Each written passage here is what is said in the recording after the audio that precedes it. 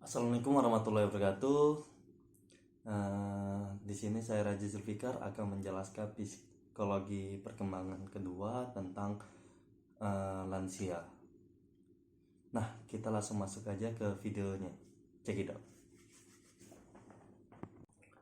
Nah, dalam studi psikologi perkembangan kontemporer atau yang lebih kita kenal dengan istilah perkembangan rentan hidup atau bahasa gaulnya lifespan development. Nah, untuk wilayah pembahasannya tidak lagi membahas tentang masa anak-anak dan remaja, melainkan membahaskan tentang masa dewasa menjadi tua hingga meninggal dunia. Nah, pada umumnya psikologi menetapkan sekitaran usia 20 tahun sebagai awal masa dewasa dan berlangsungnya sampai sekitaran usia 40-45 tahun. Dan pertengahan masa dewasa berlangsung dari sekitaran usia 40-45 tahun sampai sekitaran usia 65 tahun. Serta masa dewasa lanjut atau lansia berlangsung dari sekitaran usia 65 tahun sampai meninggal dunia menurut Feldman 1996. Oke, kita masuk ke tahap pertama yaitu perkembangan fisik. Perkembangan fisik dibagi menjadi 3, yaitu kesehatan badan, sensor, dan otak. Nah, kesehatan badan bagi kebanyakan orang, masa dewasa awal ditandai dengan munculnya kemampuan dan kesehatan fisik. Sekitaran usia 18 hingga 25 tahun, individu memiliki kekuatan yang besar.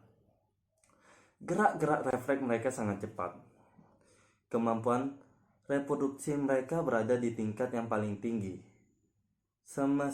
Meskipun pada masa dewasa awal kondisi kesehatan fisik mencapai puncak-puncaknya, selama periode ini jugalah penurunan keadaan fisik terjadi. Sekitaran usia 25 tahun, perubahan fisik mulai terlihat. Perubahan-perubahan ini sebagian besar bersifat kuantitatif daripada kualitatif. Secara berangsur-angsur, kekuatan fisik mengalami kemunduran sehingga lebih mudah terserang penyakit. Nah, bagi wanita, perubahan biologis yang utama terjadi selama masa pertengahan dewasa. Ada perubahan dalam hal kemampuan reproduksi, yaitu mulai mengalami menopause atau berhentinya menstruasi dan hilangnya kesuburan. Nah, pada umumnya hal ini mulai terjadi sekitaran usia 50 tahun. Tetapi ada juga yang terjadi hal ini pada usia 40 tahun. Peristiwa menopause ini disertai dengan berkurangnya hormon androgen. Bagi sebagian besar perempuan, hal ini tidak menimbulkan problem psikologis. Tetapi bagi sebagian lagi, hal ini menyebabkan munculnya sejumlah besar gejala psikologis, termasuk depresi dan hilang ingatan. Nah, bagi laki-laki sendiri, proses penuaan selama masa pertengahan dewasa ini tidak begitu kentara atau terlalu nyata. Karena tidak ada tanda-tanda fisiologis dari peningkatan usia, seperti berhentinya haid pada perempuan. Hanya beberapa kemunduran fisik juga terjadi secara berangsur-angsur, seperti berkurangnya air mani dan frekuensi organisme yang cenderung merosot. Nah, pada masa tua atau masa dewasa akhir, sejumlah perubahan pada fisik semakin terlihat, seperti akibat dari proses penuaan tersebut. Di antara perubahan fisik yang paling kentara pada usia tua ini terlihat pada perubahan seperti rambut menjadi jarang dan tumbuhnya uban, kulit mengering dan mengkerut, gigi hilang dan gusi menyusut, konfigurasi wajah berubah, tulang belakang menjadi bungkuk, kekuatan dan ketangkasan fisik berkurang, tulang-tulang menjadi rapuh, mudah patah dan lambat untuk dapat perbaiki kembali, sistem kekebalan tubuh melemah, sehingga orang tua rentan terhadap berbagai penyakit seperti kanker dan radang paru-paru. Oke, kita memasuki tahap kedua pada perkembangan fisik, yaitu perkembangan sensori.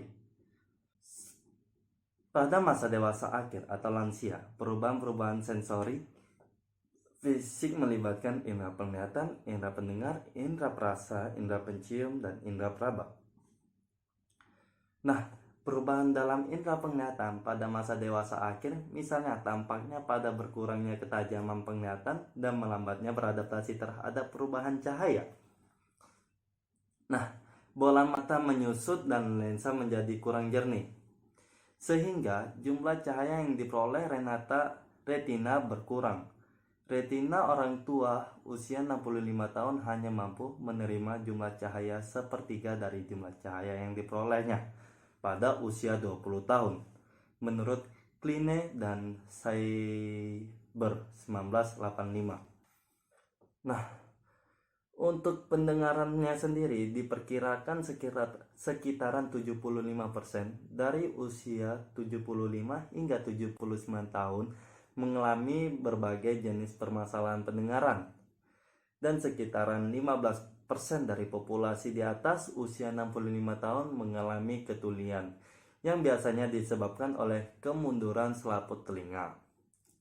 Sementara itu, penurunan juga terjadi dalam kepekaan terhadap rasa dan bau juga. Dalam hal ini, kepekaan terhadap rasa pahit dan manis bertahan lebih lama dibanding dengan kepekaan terhadap rasa manis dan asin, menurut Sandrock 1995. Kita memasuki perkembangan otak atau tahap ketiga pada perkembangan fisik. Pada lansia, sejumlah neuron, unit-unit sel dasar dari sistem saraf menghilang, menurut Sandrock 1995. Diperkirakan bahwa 5 dari 10% neuron kita berhenti tumbuh sampai kita mencapai usia 70 tahun. Setelah itu, kehilangan neuron akan semakin cepat. Hilangnya sel-sel otak diantaranya disebabkan oleh serangkaian pukulan kecil, tumor otak, atau karena banyak mengkonsumsi alkohol. Semua ini akan semakin merusak otak, menyebabkan terjadinya erosi mental yang sering disebut dengan kepikunan. Bahkan juga dapat menimbulkan penyakit otak yang lebih menakutkan dari ini, yaitu penyakit Alzheimer. Alzheimer dapat merusak kecerdasan pikiran. Pertama-tama, Alzheimer menyebabkan memori berkurang, kemudian penalaran dan bahasa mulai memburuk. Oke, kita memasuki perkembangan kognitif tahap kedua. Yang pertama, kita memasuki perkembangan pemikiran postformal. Kemampuan kognitif terus berkembang selama masa dewasa, akan tetapi tidak semua perubahan kognitif pada masa dewasa tersebut akan mengalami pada peningkatan potensi. Bahkan kadang-kadang beberapa kemampuan kognitif mengalami kemerosotan seiring dengan pertumbuhannya usia. Nah, sejumlah ahli percaya bahwa kemunduran keterampilan kognitif yang terjadi terutama pada lansia dapat ditingkatkan kembali melalui serangkaian pelatihan. Oke, kita memasuki tahap kedua, yaitu perkembangan memori. Salah satu karakteristik yang paling sering dihubungkan dengan orang dewasa dan lansia orang tua adalah penurunan daya ingat. Ketika orang tua atau lansia memperlihatkan kemunduran memorinya tersebut, kemunduran tersebut pun cenderung sebatas pada keterbatasan tipe-tipe memori tertentu. Nah, misalnya nih, kemunduran cenderung terjadi pada keterbatasan epidormik atau memori yang berhubungan dengan pengalaman-pengalaman yang di sekitarnya pada kehidupan dia atau kita. Yang kedua ada memori somatik, memori yang berhubungan dengan pengetahuan dan fakta-fakta umum. Yang ketiga, yang terakhir, memori implisit, memori bawah sadar kita secara umum tidak mengalami kemunduran atau kehilangan karena pengaruh ketuaan. Yang kehilangan karena pengaruh ketuaan maksudnya. menurut Feldman 1996. Nah, kemerosotan dalam memori episodik sering menimbulkan perubahan-perubahan dalam kehidupan masa tua atau lansia. Misalnya seseorang yang memasuki masa pensiun yang mungkin tidak lagi menghadapi berbagai macam tantangan penyesuaian intelektual sehubung dengan pekerjaannya, dan mungkin lebih sedikit menggunakan memori atau bahkan kurang termotivasi untuk meningkatkan berbagai hal. Jelas akan mengalami kemunduran dalam memorinya. Untuk itu, latihan menggunakan berbagai macam strategi mnemonik atau strategi menghafal bagi orang tua atau lansia tidak hanya memungkinkan dapat mencegah kemunduran memori jangka panjang, melainkan sekaligus memungkinkan pada meningkatkan kekuatan memori mereka. Menurut Redner 1987. Pada masa lalu, orang tua dengan kasus-kasus berat dalam kehidupan kemunduran memori yang disertai dengan berbagai kesulitan kognitif lainnya dipandang sebagai penderita kepikunan. Nah, kepikunan itu apa sih? Kepikunan adalah kemunduran dalam perkembangan kemampuan mental, termasuk kehilangan memori, disorientasi, dan kebingungan pada umumnya. Jadi, kemerosotan fungsi kognitif pada masa tua atau lansia pada umumnya memang merupakan suatu yang tidak dapat dielakkan atau kita hindari, karena disebabkan oleh berbagai faktor, seperti penyakit kekacauan otak, Alzheimer, atau karena kecemasan pada depresi. Akan tetapi, hal ini bukan berarti bahwa keterampilan kognitif tidak bisa dipertahankan dan ditingkatkan.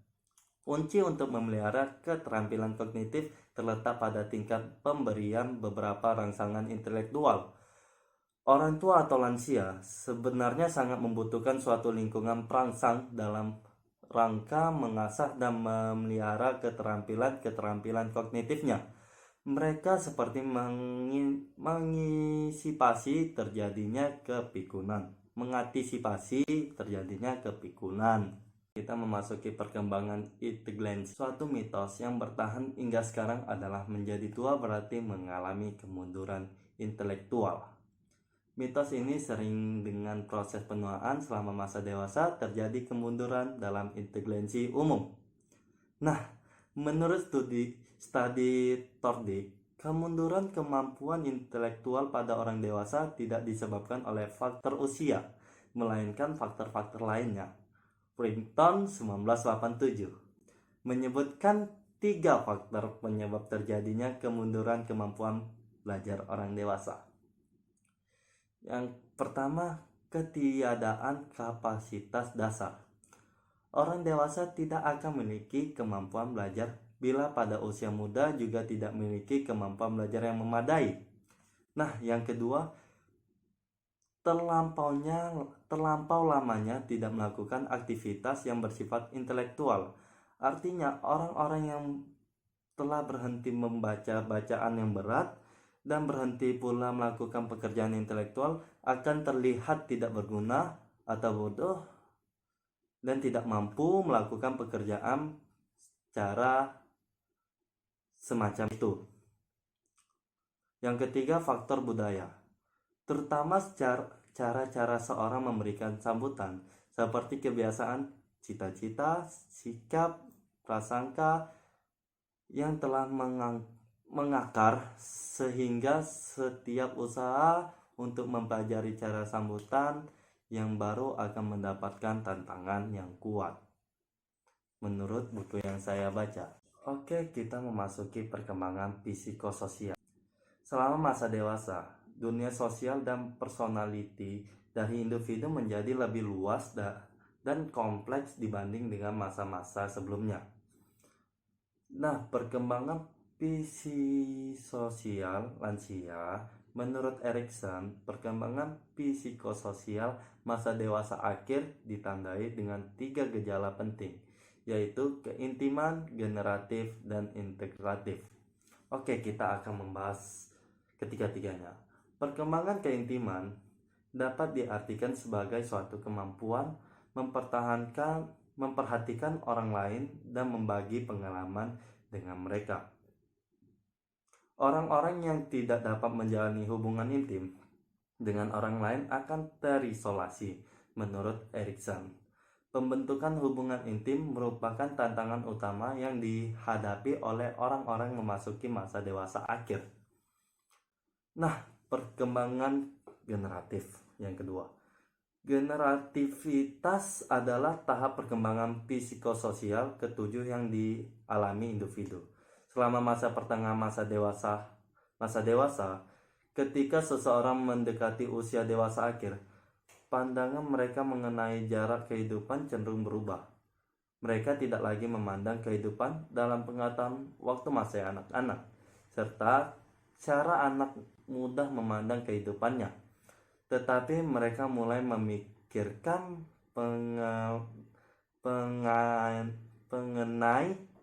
mengenai tahun yang tersisa untuk hidupnya.